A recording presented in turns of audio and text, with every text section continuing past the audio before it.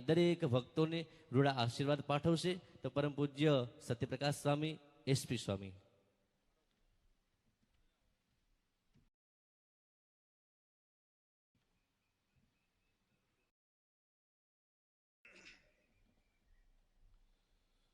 ઈષ્ટદેવ ભગવાન શ્રી સ્વામિનારાયણ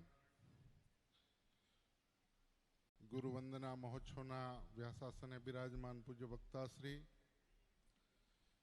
મહોત્સવના અધ્યક્ષ પરમ પૂજ્ય શાસ્ત્રી સ્વામી પુરુષોત્તમ ચરણદાસજી, પેરે કેવા પૂજ્ય ભક્તિ પ્રકાશ શાસ્ત્રીજી, ઉપસ્થિત પૂજ્ય વંદનીય સંતો અને શ્રીજી મહારાજના લાડીલા વાલા હરિભક્તો,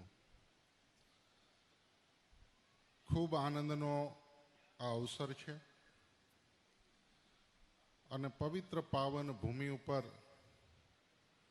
આપણે બેસીને શ્રીમદ ભાગવત જેવા મહાન ગ્રંથને સાંભળી રહ્યા છીએ.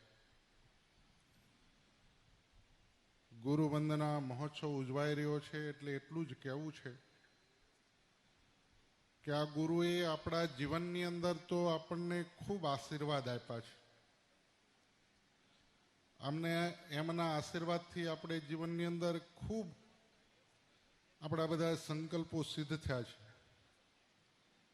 પણ આ પુણ્યશાળી આત્માઓ એની સ્મૃતિની અંદર પણ આજે આપણને આવો અલભ્ય અને અવસર જીવનની અંદર પ્રાપ્ત થયો છે. એ આપણા માટે બહુ મોટી ભાગ્યની વાત છે. આવા પવિત્ર સ્થાનની અંદર બેસીને ભગવાનની કથા વાર્તા સાંભળવાનો જે અવસર મળ્યો છે એ જ આપણા માટે બહુ મોટામાં મોટી અમૂલ્ય તક છે.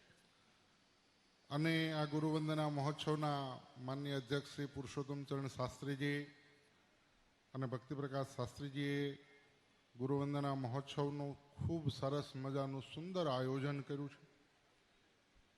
બધાએ યજમાન પરિવારથી માંડીને તમામના હૃદયની અંદર ભાવ છે.